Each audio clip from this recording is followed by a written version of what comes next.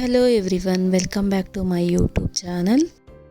ನಿಂಬೆಹಣ್ಣು ಯೂಸ್ ಮಾಡಿದ್ದಾದಮೇಲೆ ಆ ಸಿಪ್ಪೆನ ನಾನು ಫ್ರೀಝರಲ್ಲಿ ಸ್ಟೋರ್ ಮಾಡ್ಕೊಂಡು ಇಟ್ಕೊಂಡಿರ್ತೀನಿ. ಆ ಸಿಪ್ಪೆ ಜೊತೆಗೆ ಒಂದು ಗ್ಲಾಸ್ ನೀರು ಮತ್ತು ಒಂದು ಅರ್ಧ ನಿಂಬೆಹಣ್ಣಿನ ರಸ ನಿಂತ್ಕೊಂಡು ಒಂದು ಅರ್ಧ ಚಮಚದಷ್ಟು ಸೋಡಾ ಹಾಕಿ ಅದನ್ನ ಒಂದು 5 ನಿಮಿಷ ಟೈಮ್ ಸೆಟ್ ಮಾಡಿ ಮೈಕ್ರೋವೇವ್ನ ಆನ್ ಮಾಡ್ಕೋತೀನಿ. ಇನ್ನು ನೀರು ಕುದಿಯೋಕ್ಕೆ ಸ್ಟಾರ್ಟ್ ಆದಾಗ ಬೇಗ ಎಣ್ಣೆದು ಯಾವುದೇ ರೀತಿ ಜಿಡ್ಡು ಮತ್ತು ಕಲೆ ಇದ್ದರೆ ಅದೆಲ್ಲ ನೀಟಾಗಿ ಬಿಟ್ಕೊಂಡಿರುತ್ತೆ.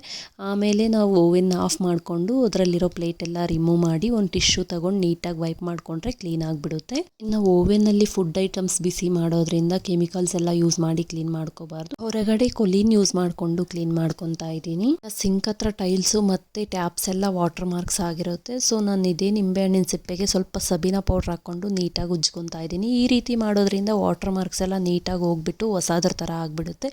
ಎಲ್ಲ ಟ್ಯಾಪ್ಸ್ನ ನಾನು ಇದೇ ರೀತಿ ಕ್ಲೀನ್ ಮಾಡ್ಕೊತೀನಿ. ಇಲ್ಲಿ ನೀವೇ ಡಿಫ್ರೆನ್ಸ್ ನೋಡ್ಬೋದು ಎಷ್ಟು ನೀಟಾಗಿ ಕ್ಲೀನ್ ಆಗಿದೆ ಅಂತ.